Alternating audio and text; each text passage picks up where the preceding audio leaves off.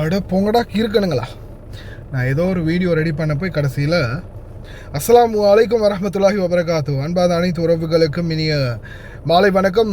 இன்னொரு முக்கியமான தகவல் ஒன்று தற்போது வெளியாகி இருக்குது.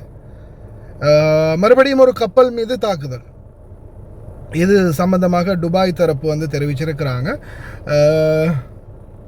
UAE, United Arab Emirates, chip flight with ADNC targeted by missile while crossing the Strait of Hormuz. The attack did not result in human injuries and the situation was brought under control. கடக்கு முயன்ற கப்பல் ஒன்று அடிச்சிருக்கிறாங்க. சரியா? அடுத்தது ஒரு பக்கம்னா இன்னொரு பக்கம் பெஷக்ஷியான். Most military leader support talks with America to reach agreement. நிறைய அமெரிக்க தலைவர்கள் வந்து விரும்புகிறாங்க அமெரிக்காவோட டீல் போடுறதுக்கு தான். ஆனால் இதில் ஒரு பிரச்சனை ஒன்று இருக்குது. ஒரு பக்கம் அப்படி சொல்கிறவங்க இன்னொரு பக்கம் என்ன சொல்கிறாங்கன்னா, நாங்கள் வந்து அமெரிக்காவோடைய டீல் போட்டு அமெரிக்காவோட இந்த பிரச்சனையை முடிச்சுக்கிட்டு அமெரிக்காவை இந்த ஏரியா விட்டு வெளியே அனுப்பி வச்சிருவோம். ஆனால் இஸ்ரேலோட ஜென்ம பகை எங்களோடது. இஸ்ரேலுக்கும் எங்களுக்கும் போர் தான். எங்கேயுமே நிற்காது, எதுலேயுமே நிற்காது. தொடர்ந்து அவங்களுக்கு எதிரான போரை வந்து நாங்கள் தொடுத்துக்கிட்டே இருப்போம் அப்படின்னு வந்து பகிரங்கமாக சொல்லியிருக்கிறாங்க. அதே மாதிரி இன்னொரு முக்கியமான தகவல் என்னென்னு பார்த்தீங்கன்னா, தற்போதைய சூழலில் அரபு நாடுகள் இருக்கு இல்லையா, கல்ஃப் நாடுகள் குறிப்பாக, அதோடு சேர்த்து இந்த ஜோர்டானையும் நம்ம உள்ளே இணைச்சிக்கலாம். இந்த நாடுகளுக்குள்ள மிகப்பெரிய ஒரு தலைவலி ஆரம்பிக்க போகுது.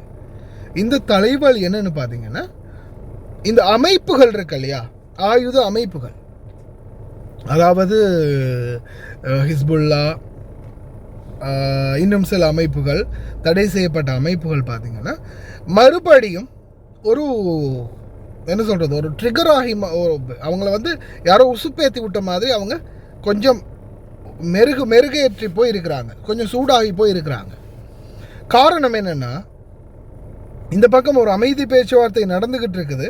இன்னொரு பக்கம் அமெரிக்கா என்ன பண்ணுதுன்னா, அந்தந்த நாட்டு அரசாங்கம் இப்போ சிரியாவை எப்படி சிரியாக்குரிய எல்லா சலுகையும் கொடுத்து சிரியா கம்ப்ளீட்டாக அவங்க நாட்டுக்குள்ளே ஆயுத கலாச்சாரங்களையும் ஆயுத தரப்புகளையும் வந்து மொத்தமாகவே அழிக்கிறதுக்கான முயற்சிகளில் ஈடுபடுறாங்களோ, அது மாதிரி ஏமனாக இருக்கட்டும், ஈராக்காக இருக்கட்டும், ஈரானாக இருக்கட்டும், இந்த எல்லா நாடுகளையும் ஃபோர்ஸ் பண்ணி சரி, இல்லைன்னா அவங்களுடைய ஒரு தலைமைக்கு எடுத்து சரி அந்தந்த நாடுகளில் இருக்கிற ஆயுத படைகளை வந்து மொத்தமாக அழிக்கிறதுக்கான முயற்சிகளை முன்னெடுக்கிறாங்க.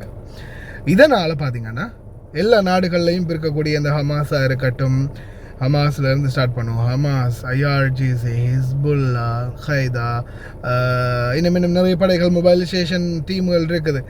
அந்த மாதிரியான ஒவ்வொரு டீமையும் பார்த்திங்கன்னா ஃபுல்லாகவே கம்ப்ளீட்டாக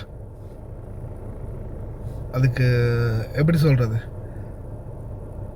மொத்தமாக கம்ப்ளீட்டாக வந்து அரெஸ்ட் பண்ண போகிறாங்கன்னு சொல்லலாம். அழிக்கிறதுக்கான முயற்சி நடந்துக்கிட்டு இருக்குது, கவுண்டர் அட்டாக்.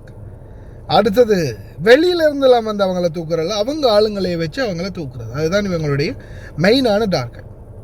இப்போ இது வந்து பப்ளிஷ் ஆகினதுக்கு பிறகு நான் நேற்று நைட்டு சொல்லியிருப்பேன்னு நினைக்கிறேன், 48 மணி நேரம் டைம் கொடுத்துருக்குறாங்க. அமெரிக்கா வந்து சரியான ஒரு தீர்மானத்தை எடுத்து இந்த அரபு நாடுகளை விட்டு வெளியேறலைன்னா இந்த அரபு நாடுகள் தான் அதற்குரிய இதை சுமக்கும், அதாவது துன்பத்தை சுமக்கும் அப்படின்ற மாதிரியான ஒரு கருத்தை வந்து வெளியிட்டிருக்கிறாங்க. உண்மையிலேயே ஆயுத தரப்பு அப்படின்றது வந்து நான் அதை எதிர்க்கிறேன், நான் அதை வன்மையாக கண்டிக்கிறேன், எதிர்க்கிறேன். ஏன்னா அந்தந்த நாடுகளுக்குள்ள அந்த நாட்டுடைய அரசாங்கம் ஆட்சி செய்தால் மட்டும்தான் ஒரு மக்களுக்கு இடையில் ஒரு நிம்மதி, ஒரு சுபீட்சமும் இருக்கும். இது அங்கங்கே ஒவ்வொரு ஆயுத தரப்பு இருந்துக்கிட்டு அங்கே அவன் சுடுறதும் துப்பாக்கி சுடுறதும் வெடிக்கிறதும் எதுவுமா இருந்துச்சுன்னா மக்களுக்கும் ஒரு நிம்மதி இல்லை. அது வந்து அந்த நாட்டுக்கும் ஒரு தலைவலி. அதை வந்து ஃபுல்லாக கம்ப்ளீட்டாக கண்ட்ரோலுக்கு கொண்டு வரது நல்லது தான். ஆனால் அது வெளிநாடுகளுடைய தலையீடு இல்லாமல், இந்த மாதிரி அமெரிக்காக்காரன் வந்து இவன் வந்து அதை தலையிடாமல் சொந்த நாட்டு மக்களை அவங்களே கண்ட்ரோல் பண்ணிக்கிறது. சாதாரணமாக இப்போ ஆயுதத்தெல்லாம் படிச்சுட்டு இப்போ இந்த இந்தியாவிலலாம் பாருங்கள், நிறைய பேர் அந்த அந்த என்ன சொல்கிறது, இந்த இவங்க இருந்தாங்க இல்லையா, காடுகளில் இருப்பாங்களே தோழர்கள் அப்படின்னு சொல்லுவாங்களே, அந்த சில படைகள், நெக்சல்ஸ் இல்லையா, நெக்சல்ஸ் தானே, அவங்க வந்து பார்த்திங்கன்னா இப்போ நிறைய பேர் வந்து அவங்களுடைய இதுகள்லாம் ஒப்படைச்சிட்டு, ஆயுதங்கள்லாம் ஒப்படைச்சிட்டு சரணடைகிறாங்க. இந்த மாதிரி சில வாய்ப்புகளை கொடுத்து அவங்களே வந்து சரணடைஞ்சு ஆயுதத்தை கொடுத்துருங்க, எல்லாத்தையும் ஒப்படைச்சிருங்க, நீங்கள் உங்களோட வாழ்க்கையை நார்மலாக வாழ பாருங்க அப்படின்னு கவர்மெண்ட்டுகள் சொல்லி அந்த மாதிரி அவங்களுக்கான ஒரு சில சான்ஸுகளை கொடுத்து, தொழில் வாய்ப்புகளை கொடுத்து, இல்லை அவங்களுக்கு வேறு ஏதாவது ஒரு உதவிகளை கொடுத்து அந்த மாதிரி பண்ணுறது சிறந்தது. அதை விட்டுட்டு அடித்தோம் பிடிச்சோம் சண்டை பிடிச்சோம் யுத்தம் பண்ணினோம், அவங்கள இவங்க மாதிரி அடித்தாங்க, இவங்க அவங்கள மாதிரி அடித்தாங்க கொண்டாங்க அப்படின்றது இல்லாமல் ஒரு சுபீட்சமான சுமூகமான முறையில் இதுகளை முடிச்சுக்கிட்டான்னா நல்லது.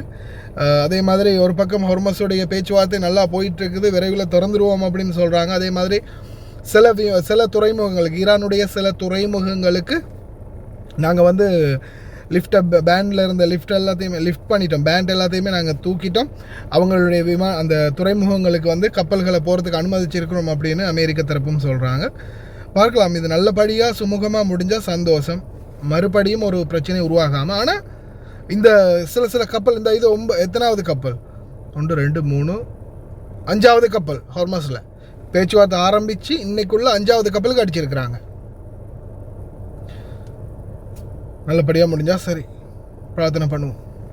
حرب تقترب من نهايتها وتطورات متسارعة حول مضيق هرمز.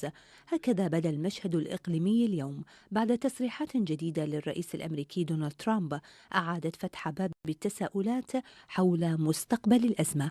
ومن المكتب البيضاوي أعلن ترامب أن الحرب مع إيران قد تنتهي قريبا جدا، معربا عن اعتقاده بأن طهران لم تعد قادرة على مواصلة المواجهة لفترة طويلة.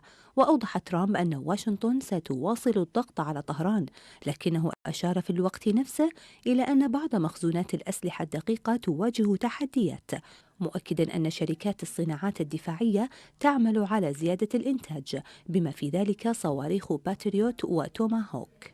وحول ملف مضيق هرمز أكد الرئيس الأمريكي أن الولايات المتحدة تسيطر حاليا على المضيق، مشددا على استمرار العمليات البحرية لضمان أمن الملاحة.